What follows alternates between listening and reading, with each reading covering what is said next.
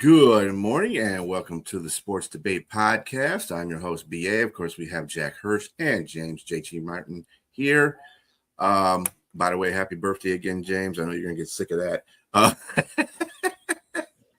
Even though it's been past his birthday like 2 days, but who cares? Don't say it anyway. I hope you gentlemen are doing good this fine Saturday morning. We have, of course, a bunch of sports debate questions via Jack, who is always gracious in these. The first question of the day is, which NFL team will be the most impacted positively by its free agent acquisitions? Jack. Man, this is like a coin flip. Can I defer winning the coin flip to James and go second? You can.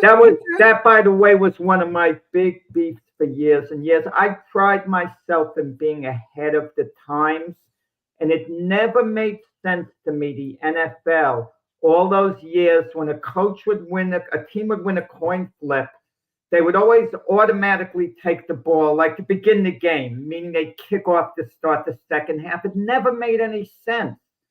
Finally, they started to get it after decades and decades.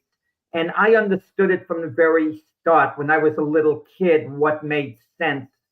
And it took them that long. But with that said, okay, I guess I'm forced to go first over here. And I've heard this analyzed over and over, which team won the free agent bidding, more or less, who did best. And a number of teams did well. Hypothetically, you can say they all did well to a degree because they added on players. Of course, we neglect the players that teams lost. But, narrowing it all down, and I'm not going to name the teams that did well because several did do well. And realistically, this isn't clear cut. But there's one team that did better than the rest, that impacted themselves more than the rest, and no one's talking about it. And that's the Pittsburgh Steelers. Two major acquisitions, running back and wide receiver to get Rico Dowdle. What a pickup. And to make it even better, the new coach, Mike McCarthy, had Dowdle at Dallas when he broke through and finally showed he was a top-flight running back. And now he's going to be at Pittsburgh. He's going to be their number one option at running back, I'm sure, under Mike McCarthy. He gives Aaron Rodgers, who's going to come back to the Steelers as their quarterback despite all this drama. Let's not overanalyze. Oh, is Rodgers going to come back? Is he not going to come back? What's plan B? Are they going to go with Will Howard, Mason Rudolph? No, Rodgers will come back. He'll announce it at some point. It might be June 24th for all we know, but they'll be waiting with him with open arms. We should have learned that from last off season, the way they waited on Rodgers. So why on earth wouldn't they wait on him this time around? And they partly brought Mike McCarthy in because of the relationship of Rodgers, which is apparently not as strained as people made it out to be. And the Steelers, they also have a second elite wide receiver now, a Michael Pittman. How Indianapolis can let Pittman go, I don't get it. I know they wanted to re-sign Pierce because of all his potential, all his this, all his that. I'm not saying wasted, but they spent an inordinate amount of money on Daniel Jones, a proven loser at quarterback, a proven loser. Just look at his lifetime stats. He had a good half season, and that's basically it for his NFL career. He had an okay year with the Giants, and then come playoff time, the second playoff game against the Eagles, he was worse than inept in that game where they got eliminated, worse than inept. But Daniel Jones is the guy for the Colts to move forward with for one season at least, and see how he does in that one season. If he does well, give him a second season. If he does well, then move forward with him into the future. But my point is, you don't lose Michael Pittman because you're having cap difficulties, this and that. You win championships with elite players, with excellent second options. You need the second option. We've seen that over and over and over. And the Colts especially should have learned that when Jonathan Taylor, after having a sensational MVP type first half of the season carrying Daniel Jones, when Jonathan Taylor kind of hit a wall in part, injuries, this, that, the offensive line, variety of reasons, Daniel Jones started slowing down. So Daniel Jones is only going to do as well as Jonathan Taylor's doing, this season. But Michael Pittman, they let him go to the Steelers. Him and DK Metcalf, weapons for Rodgers. Dwaddle running the ball. That is impact. And their defense, which is good and didn't play up to expectations last year, can very well do it this year. Their defense might show up this year, the Steelers defense, and be one of the better ones in the NFL. And with those two additional weapons, Dwaddle and Pittman, they finally have an offense that could actually be a force and show that Rodgers isn't over the hill. He's still a good quarterback. He's still savvy. He can still throw the ball downfield well, but he needs weapons to do it. And they can't double team DK Metcalf now with Pittman on the field. So I'm trying to analyze your pick in regards to the Pittsburgh Steelers and looking at them bringing in Michael Pittman Jr. and Rico Dowdle. Rico Dowdle is always the bridesmaid and never a bride. He's never a guy to stick around for the long term. He's that side piece that everybody's using up. And I just think that he gives you the short-term answer. He gives you a short-term. He's going to give you a big spurt of 200 yards in 2 games, and all of a sudden he just falls off a cliff. Where does he go? Like Carolina, I didn't see much of anything at the end of the season from him. And he had 2 major big games. Those 200 plus yards back to back, one against Dallas and one against I forgot whoever it was. But when he played the Saints, they weren't even the best defense. They shut him down. And I just think that he's a guy that's going to be moving pillar to post. He's going to be moving here and there. He's going to be a vagabond. He's going to find wherever he can for that brief moment. You get him for, like, they got him for, I think, for $12 million for 2 years. And so with that said, yeah, I think about 12 and a half, but just let me point out to you, James, he was the second option at Carolina. He split the running back duties in the beginning, but they already had their primary running back. So he was kind of the second option there. That's why his numbers and his performance went down a little. It wasn't because of how he performed in the field. He was I disagree. Second option. I disagree. I understand what you Chuba Hubbard. He actually was taking Chuba Hubbard's position, and he let it go. He just fizzled, and that's kind of what he did in Dallas. I could see the same trend because I didn't understand why Dallas let him go at first. And then when he played in my division, so I got an opportunity to watch him more. He just I think he gets exhausted. I don't know what it is towards the end of the season, and you just don't see him play as well as he does in the beginning of the season. So the time will tell when we see him play for Pittsburgh. But my biggest gripe with you picking Pittsburgh is the quarterback, Aaron Rodgers. We don't know what he's going to do, and when he does, if and when he does come back, what is he going to do as a quarterback? I mean, he's got another weapon in Michael Pittman Jr., but they let Michael Pittman go for a reason out in Indianapolis. He hasn't been playing the best as well out there. Now, mind you, he was supposed to be the number 1 option there, and he pretty much the guy that's averaging 21 yards a clip in Alec Pierce took his position. He took his money as well. I mean, did they overpay for Alec Pierce Jr.? Probably, but you got to overpay to keep people. I think they kind of overpaid a little bit, but I mean, it's what it is. He's the number 1 guy now. Michael Pittman Jr. he's what he is. I mean, he's pretty much an average receiver. And you got him. I don't know how much they paid him there in Pittsburgh, but you got him, and he's your second guy. Came close to 20 million a year, but around in That's that a lot vicinity. of money for Michael Pittman Jr. 80 That's 80 catches last year, just to point out. Your stat guy, and Sure. that's not a bad number. No, it's not bad. It's not bad. It's just he's more of a possession guy. He probably get the first downs.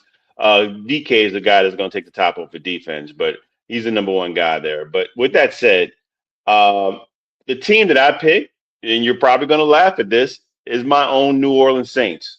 I picked the Saints, and I thought Travis Etienne, now not Etienne, it's Etienne. He is an underrated pick. He's a very underrated pick. The Saints run zone run, and he did excellent for Jacksonville there. And they're building their offensive line. They got the best, probably arguably the best guard in the free agency in David Edwards, and they picked him up immediately. So they plan to get him, and they brought him in, and he's gonna fit right well on the left side next to Kelvin Banks Jr. Probably the best rookie left tackle that played last year, through stats I'm speaking of, not just from observation, but definitely through stats. And also we got now our right tackle as well, in Talise Fuanga. And man, we added also a linebacker we took from our divisional foe in Caden Ellis, bringing him back. So you hurt your divisional foe by taking the player from them, and you're adding into your list. Now your team, the Jets, they got Demario Davis. You got a great leader there. Veteran leadership there, the Saints lost. You're going to need it. Yes, yeah, we lost a little bit of that, but Caden Ellis, he was under the tutelage and mentorship of Demario Davis. That's why he played well. That's why he was able to go off to Atlanta and have the green dot and be able to be a leader there in their defense and play well. So we got him back. But yes, so we did lose. He's not going to fully replace Demario Davis. I don't think that's hard to do because Demario is a Hall of Famer for all intents and purposes. So like I said, you got it. I mean, you can look at the numbers yourself. Well, no. I'm saying if he's a Hall of Famer now, by the time he's finished with the Jets, his stock might drop. He might not be one anymore. The Russell Wilson. That is hilarious. Yeah. I think it's going to be good for your defense. I think it's going to be really good for your defense, though.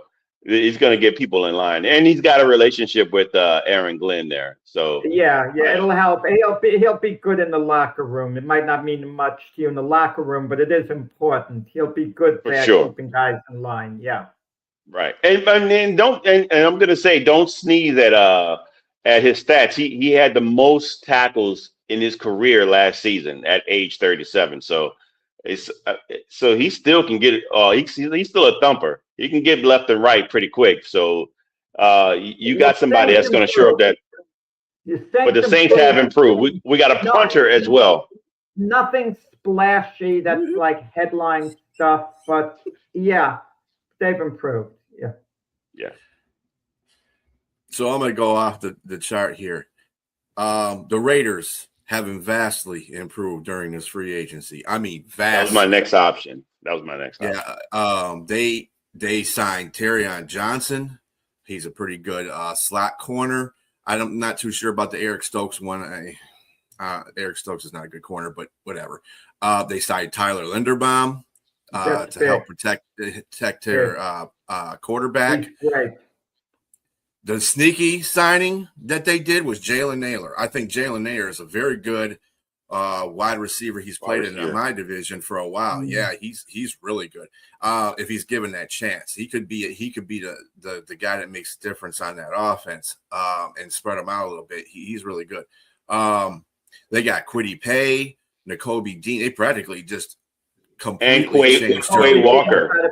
Quay Walker. They completely changed their whole linebacking core. Yeah. They also got Malcolm Kuntz, and of course, if we're going to include kickers, they signed Matt Gay. So it's really, and they still got a couple of first round picks. So I mean, everything is kind of gelling to where they need to go. This is a really good. It was a really good offseason by the Raiders. I think that they are going to make some kind of an impact in their division. I don't know if they're not going to win a division. Obviously, there's better teams in that division at the moment. But like the Chargers basically doubled down on their offensive line. You see the offensive lineman they signed this season, dude. If somebody goes down, no worry, we'll just put this guy in here. We're gonna make sure we don't have none of that problem this year. They did a really good job to sign pretty good offensive linemen too, above average ones. The other sneaky team that got in there is Cleveland. They revamped their whole offensive line too. They probably got one of the better offensive lines in the league now because they made a lot of changes. They're gonna make sure that their quarterback is not sitting on the grass. It'll be Deshaun Watson, their quarterback. He's going to probably mark my words on that. Yeah, probably. I'm not saying that the team is going to be helping the Cleveland Browns in that division either, but at the same time, they have improved. That was a sneaky good team as well. Really, a couple of teams have been really brought to the forefront with their free agency. So, I mean, it'll be interesting to see this season how these working parts are. we might all be a little bit off if you want to simplify things. The Vikings getting Kyler Murray, that in itself, that one move might turn out to have the greatest impact. If he has a great season, that could mean everything. That could offset all the other multiple moves that these teams have made. Maybe. I gotta see proof in the quarterback thing right now with Minnesota. They have not made sound quarterback decisions in the past 3-4 years. So we'll see what happens. That's usually all you need for Minnesota. It's as simple as that. Minnesota could be the team that's 14-3 in that division, but they need a quarterback. I wonder what Rick thinks about it. I wonder what Rick thinks about the move. Hold me to this right now, and I'm telling you straight out, Kyler Murray is going to have a better season than Daniel Jones. Okay, you hold me to it right now. I'm saying it flat out because he's a better quarterback. Daniel Jones isn't bad. I guess he's okay. You can win with Daniel Jones, but Kyler Murray wins you games. There's a difference between the two. One guy, Daniel Jones, is going to have some really good games now in a while, and you're going to think, wow, what a good quarterback. And he's going to get you really excited. But Kyler Murray genuinely could be one of the best quarterbacks in the NFL if he finally puts it together. And I think this is the year he could put it all together. I agree with that sentiment, but I have to disagree. I have to kind of push back in regards to comparing the two unfairly, because Daniel Jones is still recovering from a major injury. So I don't know if he's going to be ready. When he's ready and the injury is no longer a factor. Yeah, Rick, I like that too. Yeah. Mm-hmm. Yeah, it's a good signing for him. It's a smarter signing they've been doing I said, the past couple of years. I think the other thing you have to look at too is the weapons that both sides have. I think Minnesota has a lot better weapons than Indianapolis at this point. I think the only difference is that Indianapolis has the better running back. But Jack's gonna die on a hill with Daniel Jones. I swear he is. You do not like Daniel Jones. I don't know what it is. Daniel Jones is okay. I think he gets overhyped like some other players. They have a really top-notch half a season, but there's a reason why. He had the blocking and he had the best running back in the NFL. That allowed him to do other things. Daniel Jones could show up once in a while and win you a game and be really sensational. I get that. And he did that the first half of the season, but people were going overboard and they were going crazy. You know who Daniel Jones is like? Jeremy Lin with the Nets. When Jeremy Lin was a sensation, people were going wild. They were asking who's better, him or Carmelo Anthony. That's what some of the Knicks fans were asking, and that was insane at the time. I said, are you out of your mind? But at that moment, Jeremy Lin was as good as Carmelo Anthony when he was lighting it up. But it wasn't going to last. Come on. One guy's the real thing, and the other guy isn't. Well, I mean, for argument's sake, you can flip that on Kyler Murray too. Kyler Murray, yeah, he had an injury last year, but once his injury was over with and he could come back and play, did he? No. They let Brissett stay in there. It tells you a lot about a quarterback.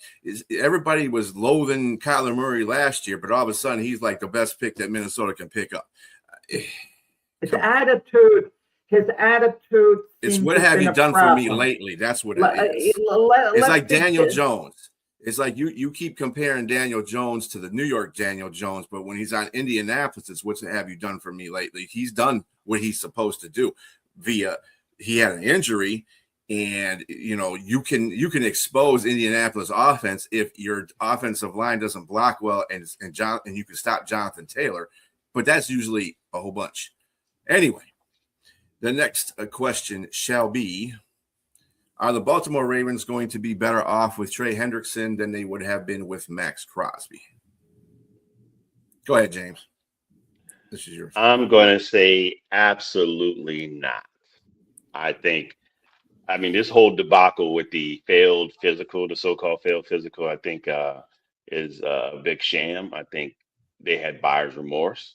I think they realized 2 first-round draft picks, and there's a guy out there that in Trey Hendrickson that's free, that you got to pay for him. But at the same time, 112. It looks worse than what it really is. They're paying a guy that's 31 years of age, going to be 32 at the end of this year, $112 million, but in reality, they're only paying him $60 million. That's $60 million in guarantees. So you got a guy that's a little older.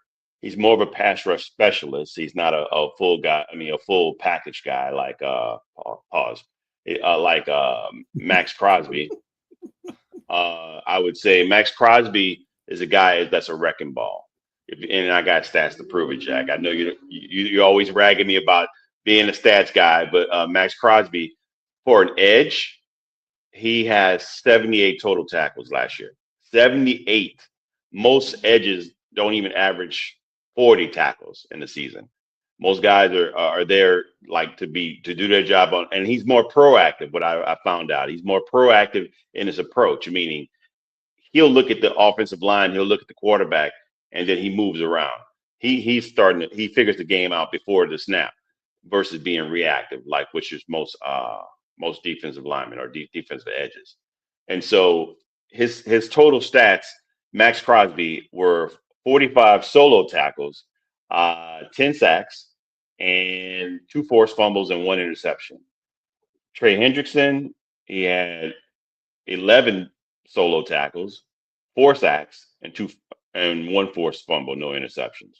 So my thing is that I think, again, it was more so about buyer's remorse. Otherwise, they wouldn't have given up initially 2 first-round draft picks for the guy that they thought was their guy. And Max Crosby also is 28. He's going to be 29 in August.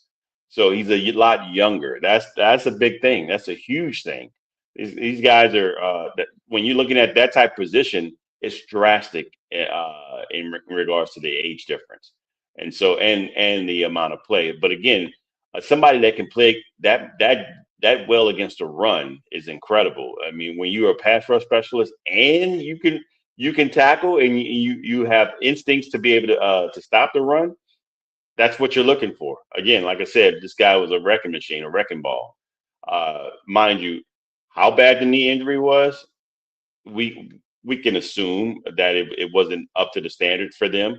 But again, I for me, I smell a rat in that situation, and I think that they just had buyer's remorse to get their draft picks back, and they don't have to give any up to get a guy that they can use on. And my thing is also, if you got somebody that can play that well on one side with Max Crosby, what's going to happen when you don't? They let somebody go. Draymond Jones went to the other side went to the Patriots.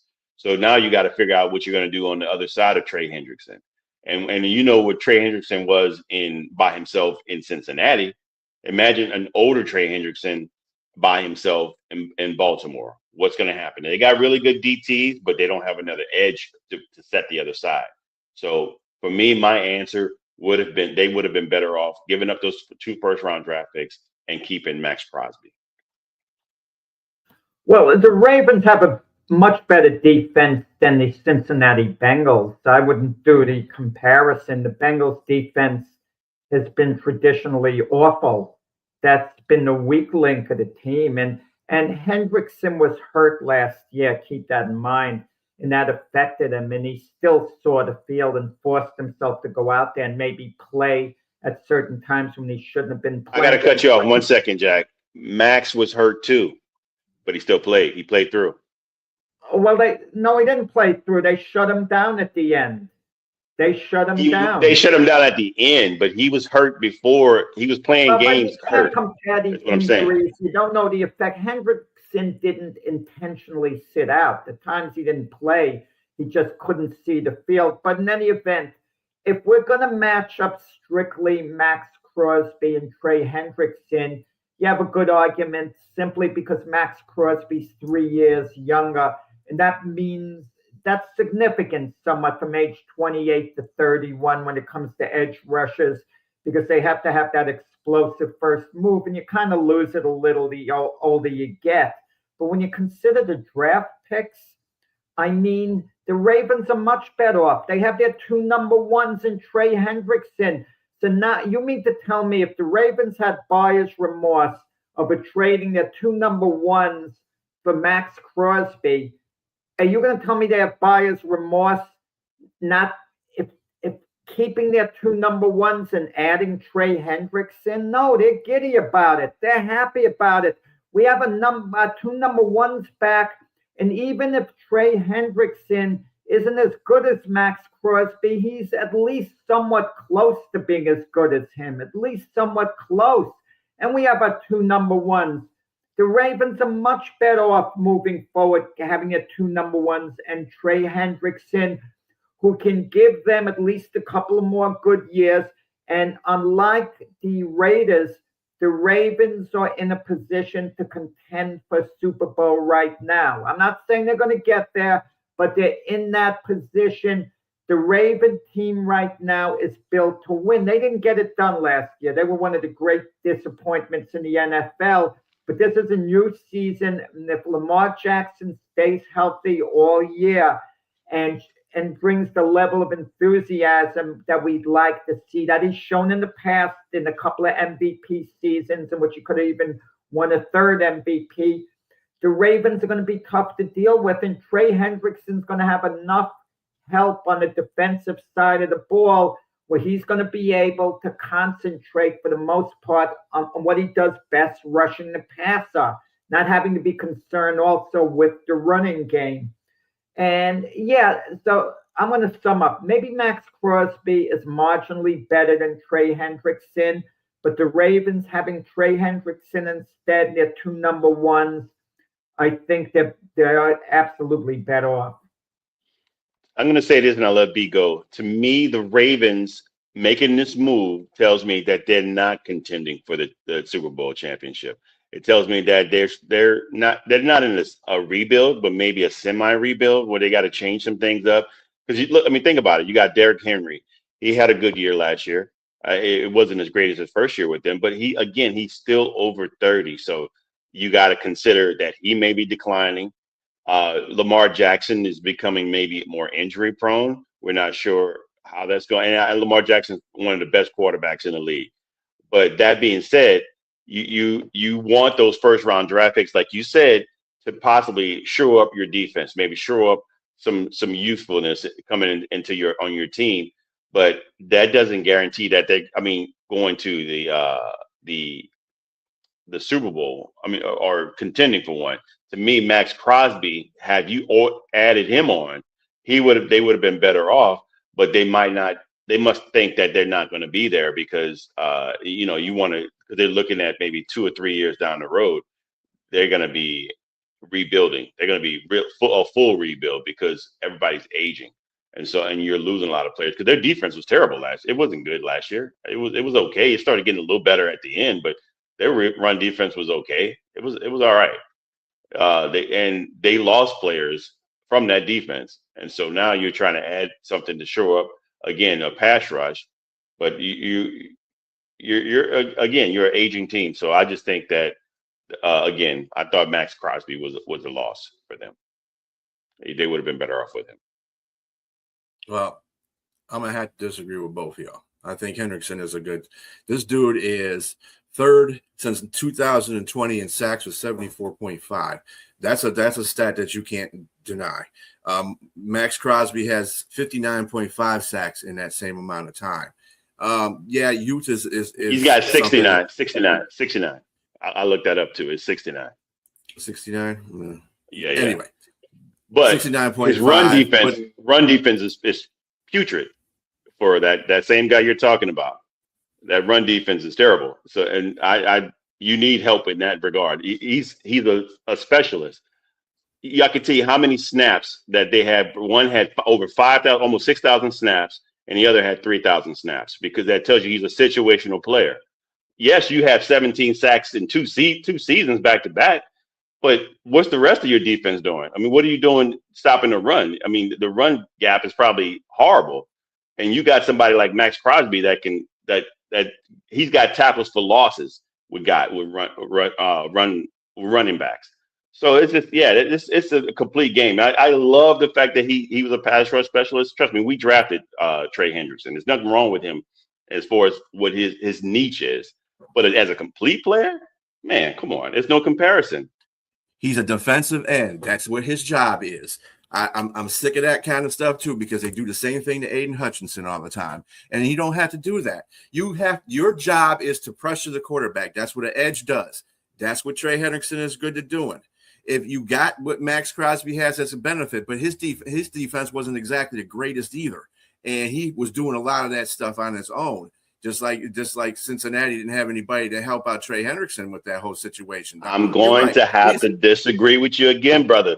I was in the military. You were in the military. We had specific jobs, but ultimately our biggest job was to defend, was to hold a gun and a rifle. I was a medic in the military. I still had to hold a rifle. So you still got to tackle. You still got to run defend. You cannot say that you can't. Your job is to be just the edge and sack quarterbacks. That's not. You got to tackle too. And if you can't do that, you're deficient in some way. He's not deficient. I'm just telling you right now. That's the reason why he has market.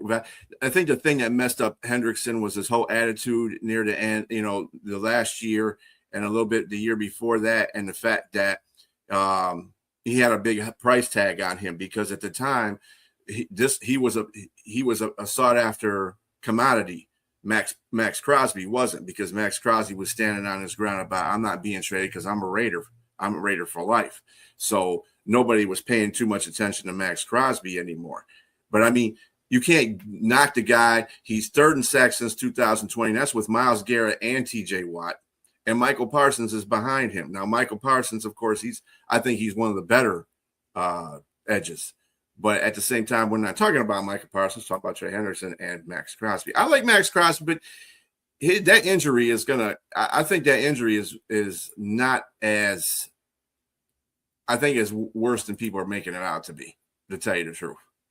So I have to go with that. And Hendrickson is fine. He's fine now. He's good to go. But again, we'll see what happens. Max has got a full complement of people, like I said before, on his team now, that they went out there and basically bought them a whole defense. So he should be fine too. He should, he might not have to be used as much. I mean, they can take pressure off his leg and use him for situational, things, because now they got a defense. They don't have to worry about depending on him to be the defense. So it works either way. Righty. Let's see what we got here. Okay. Next question. What record is more likely to be broken first? Wilt Chamberlain's 100-point game or a baseball player hitting 5 home runs in a game? Go ahead there, Jack. Yeah, it's hard to believe a player has never hit 5 home runs in a game.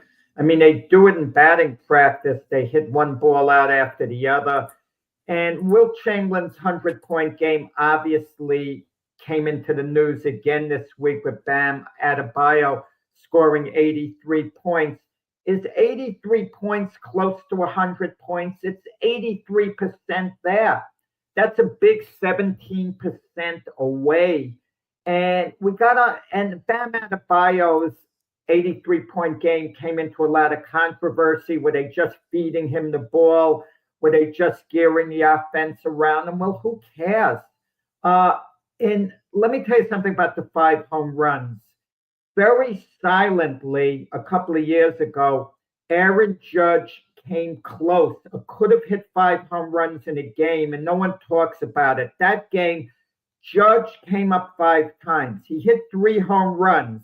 His other 2 at-bats were a double off the wall. Okay, the ball drifted, went off the wall. In his last time at bat, the Yankees were so far ahead, he hit off a position player who just lobbed the ball into Aaron Judge, and Aaron Judge hit it to the warning track in left field. So if you think of those 2 at-bats, the double off the wall and the batting practice pitcher, those could have been a couple of more homers. And that would have given them 5 on the game. I know how hard it is to hit 5 in a game. The record is 4, and it even hasn't been done that much at a time. But certain times a player gets in the zone, and it's a little harder to do it in this modern era because the extra inning games don't go on indefinitely. They kind of put a run on second base to shorten the extra inning games now.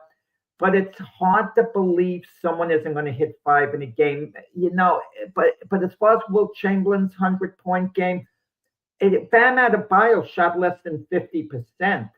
I mean, what did he exactly shoot a stat?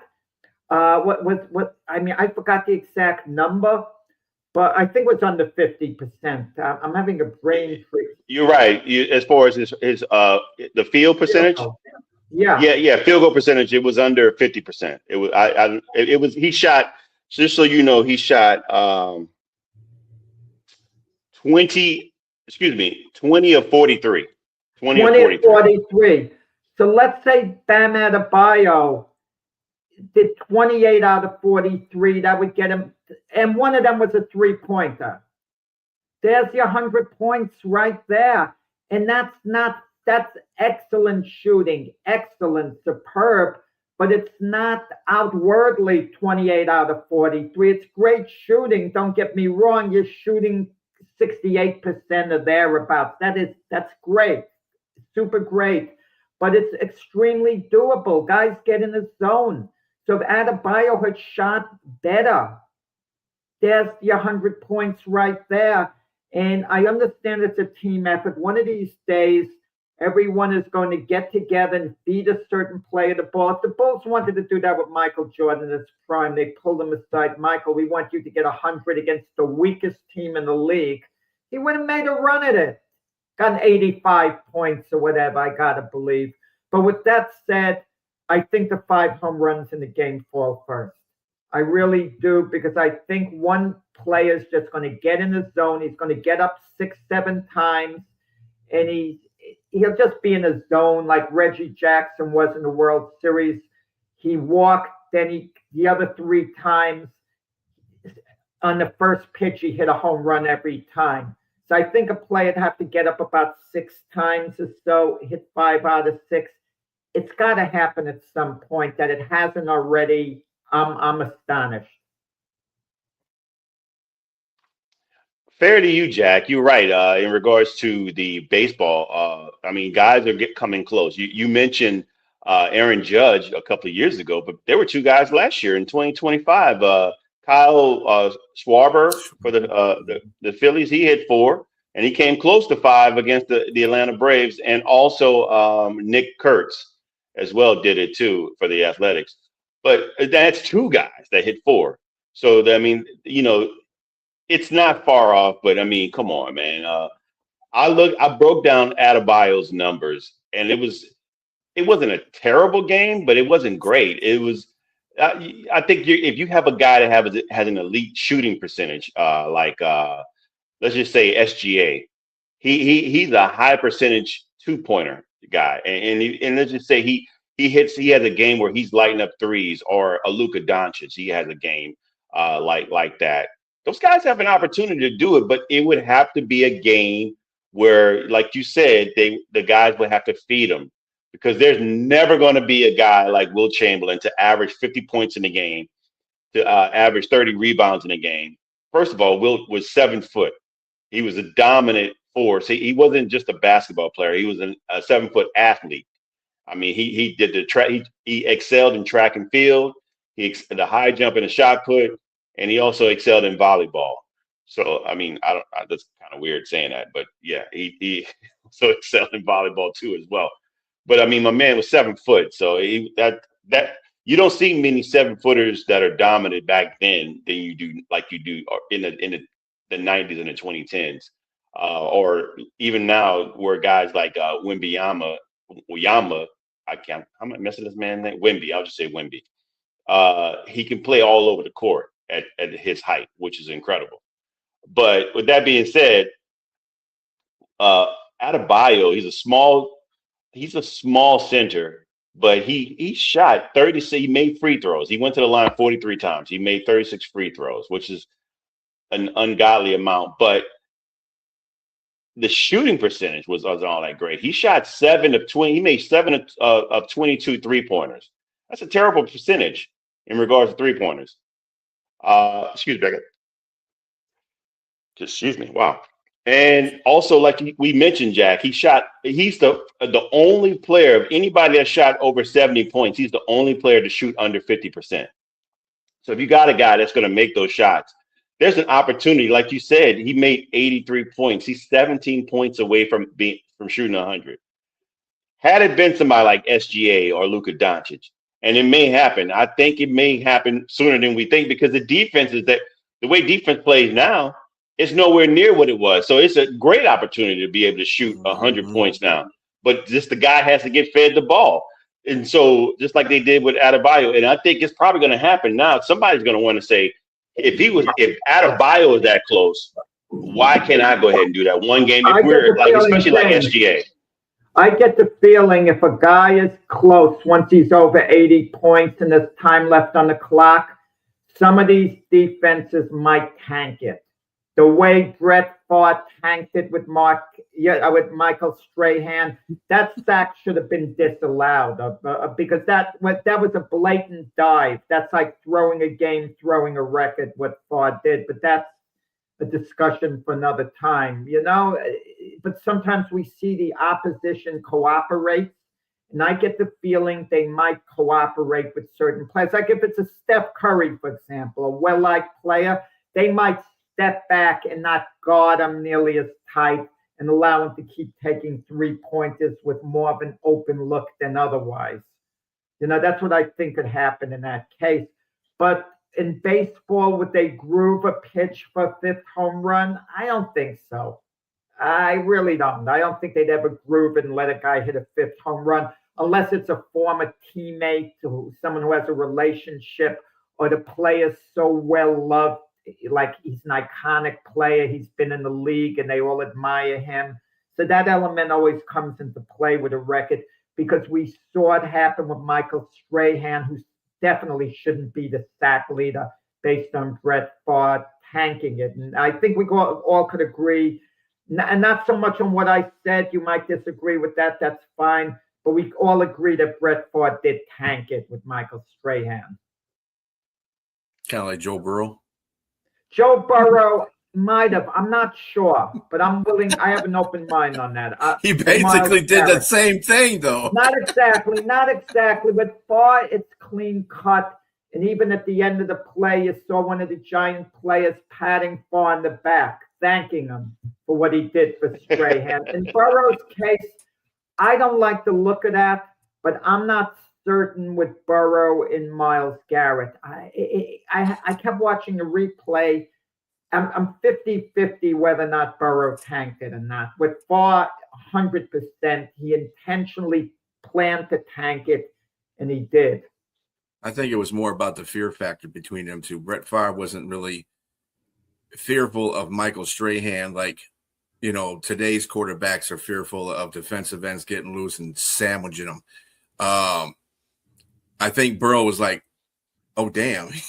Here goes Myles. Who the hell didn't block Myles Garrett? He fell down. I'm going down. Yeah, I am not getting creamed by Myles Garrett. Yeah. So I think it was kind of a mixture. Fear and, I'm giving up because I'm not getting hit by this man because he's coming out here to gun for me. I'm not doing it today. That's why I'm not Today the would not be biggest the Michael Strahan fan. Yeah, the guy, I listen, nothing against Michael Strahan per se, but I'm not the biggest fan of him, personality wise and all. He thinks there should be an asterisk next to Myles Garrett's record because he played an extra game. I understand that, but I want an asterisk next to Michael Strahan's record. It should say in little parentheses. Yeah, he shouldn't mention That's anything right. about an asterisk about anyone's game, After what happened considering with him. how he got. Exactly. Yeah, True. exactly. Yeah. No, that being said, I'm picking Will Chamberlain's to fall first before the 5 home Okay. runs. Just splitting hairs here. I think Yeah. it's a slight edge. Yeah. I just think there needs to be a better player, better shooting percentage to be able to do it. And I think it can happen if they fed him just like they fed Adebayo. I think to Jack's point about the defense kind of being lackadaisical and letting the guy do things, I see that a lot. I see that a lot even when they don't have a guy that's getting to be 100. Sometimes these defenses just say, you know what, we lost this game anyway, forget it. But the superlatives that are going on in baseball is that you have different pitchers you have to face. So if somebody's is teeing off on one pitcher, they're going to replace that pitcher with another one.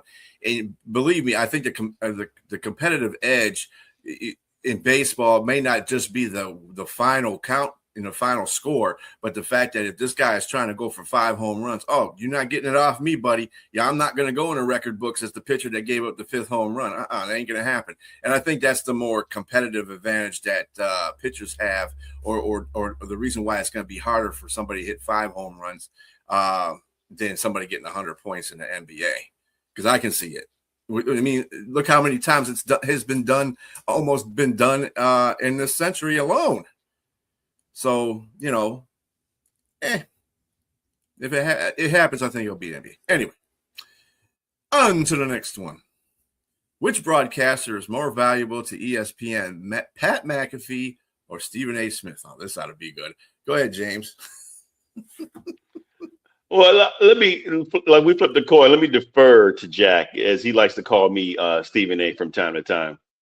No, wait, you're deferring to me, but you got the pick to defer to you. I don't care, actually. I mean, I like Stephen A. Smith.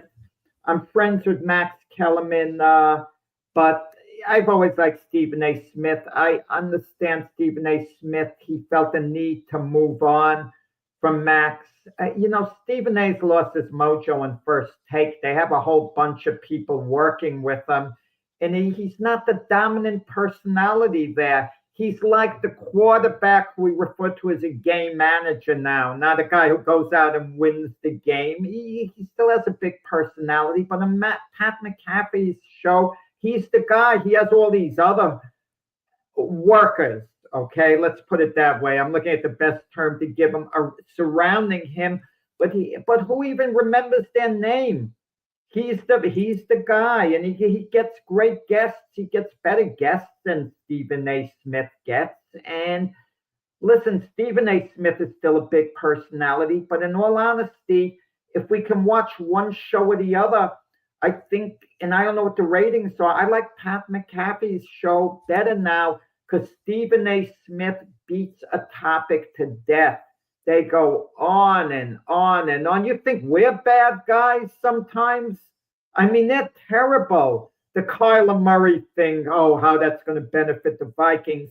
They're going on for about 15 minutes, and I'm changing the channel. And then I come back 5 minutes later, they're still talking about it. I mean, they're beating it to death. Stephen A. would have been best off had he been with, Shannon Sharp, the two of them going at it. Max Kellerman, but he didn't feel comfortable around Max, so be it. Skip Bayless, who I can't stand, but at least it's 1-to-1. You need your personality to shine. Stephen A. has lost his way on First Take. I know he's on social media, he's on the news, but for ESPN itself, the Pat McAfee show is more valuable than First Take right now. It just is. It's a better show, better guests. It's more respected. I mean, and it's more focused. Stephen A. Smith, he's lost his way with First Take. I hate to say it. He's lost his way. And I like Stephen A. Smith. I think he's a fantastic personality, and I think he's a man of integrity. I have nothing but good things to say about the brother. Nothing but good things. I sound like Stephen A. Oh, the brother's wonderful. This. Everyone's a brother to him. Everyone's a brother. I mean, come on, Stephen A. But that's his personality. Despite his troubles with Max, I think Stephen A. is a good guy. Pat McAfee, I'm not as sure about, personality-wise, but I like the show better now, and it didn't start out that way. I always liked to listen to Stephen A. first. Now I'd like to listen to Stephen A. second behind Pat McAfee. I'm getting a little tired of Stephen A. Smith. He's like this hit TV show that after you watch it a few seasons, it's not must-view watching anymore. As you well know, Jack, I am a numbers guy, so I had to look up the numbers. Because I don't watch First Take, first of all, I got to work in the morning, but I try to go home and watch shows like Pat McAfee, like certain takes, certain like videos or hot topics or whatever it may be. When I looked up the numbers, and I was surprised to see that First Take is still the number one show. It's still the number one show. Pat McAfee, the Pat McAfee show pulls up about 418,000 viewers a morning, but First Take has 578 or something like that, or some odd number. Is it the time crazy. Slot, James? Tell me, is it the time slot that might make a difference? I'm not sure. It could. It's in the morning though. You got to think most people are watching in the morning. Like, wow, that's a lot of people watching in the morning. You consider most people should be at work, but people are still trying to figure out a way to watch the show. And that's what I'm like, okay, so to me, something's telling me that people still want to see Stephen A. He's drawing something. And there's a reason he's probably the highest paid guy in the organization. I get what you're saying. I sometimes he can do things ad nauseum. It's just too much. And he could be a bit outrageous and outlandish with some. But at the end of the day, when I listen to some of his takes, at the end, when his message comes through, he hits points. And so it's like, okay, I hear what you're saying. It can be annoying, but when he finally gets to the point, you're like, okay, I can see where he's coming from. Most times I agree with him. And with that being said, Pat McAfee and Stephen A. Smith on their own. Look, we talk about social media. Stephen A. Smith, he might have a whole team with him on First Take, but he's by himself in social media, his own self. Not Pat McAfee. He's got a whole team on social media, and they got on YouTube. They have about 2.98 million viewers or subscribers. Stephen A's got about 1.9. But again, he's by himself, and he has interviews with a lot of big people as well on his own deal. I know he missed out on LeBron James. Pat McAfee had LeBron James on his show. He also had who else? Pat McAfee had that. Aaron Rodgers. He gets Aaron Rodgers all the time. But I look at this point in LeBron James and Aaron Rodgers' career, they're on a downturn, almost retirement age. So it's not saying much that you got those guys on on your show. It's just that they probably people want to hear what they're going to say because they rarely do interviews, and so I just think still for ESPN right now, if I had to talk about them now, is still the most valuable guy is Stephen A. Smith. But I'm not going to deter and say that I'm not going to knock the Pat McAfee show because they look to be the future at some point. Because at the same time, they're getting a billion views on social media per month. Pat McAfee, that's a lot. That's a crap ton. I mean, it's just like little, because the way kids think, everybody thinks now is little short videos, and that's what they're showing. It's like little clips that are driven by just hot takes and stuff like that. So that's the future. But for right now, it's Stephen A. Smith. Yeah, I'd agree with both of you actually. Although I'm not a big Pat McAfee fan. Okay. Especially when he's hanging off the strings of Aaron Rodgers half the damn time. I don't like that whole situation. It's, dude, come on. And to the point, Stephen A. Smith has some of his. He likes to jump ship, jump back on, jump back off, jump back on, jump. In a matter of 24 hours, he'll do this. So but that's for clicks and likes. And you're right. Social media, like during the football season, he'll post stuff like he'll be in his home and he'll be watching a Cowboy game, and the Cowboys will lose. And the first thing that I see on my feed is him going, laughing at the thing, but how about them Cowboys? That stuff. So it tells you that he has some type of following that is a little bit more. And you're right too, James, because he is the current. Pat McAfee is the future. So I can see that too. But so far, Grandpa is the guy on ESPN right now. Stephen A. Smith is the guy. If they lost him, I don't think there's enough Pat McAfee could do to. I mean, ESPN's ESPN. Let's face it. They probably could do good without either one of them. But at the same time, I think viewership would go down on ESPN if Stephen A. Smith, left that program. And also, let me put this little feed in. There's potential that that Shannon Sharpe might be coming back to First Take. So that's out there. With Stephen A., but Stephen A. should work directly with someone. A whole big panel where he's limited in what he has to say. That's what I mean, that he's kind of lost his way. Him and Shannon butting heads together, debating back and forth, the show would be better off. Less would be more with Stephen A., but he's kind of spreading the ball out a little too much. You need him to score. I mean, but Stephen A. tries to make nice plays in all ways. If he had to evaluate our show now and he had to take my side, he'd say about you, James, I have nothing but love for the brother James. Everything he's done for the community, for the, blah, blah, blah, blah. Come on. I mean, he overdoes those niceties at times. But he does it, and then he sets you up for the right hook he's going to give you afterwards. Yeah, exactly.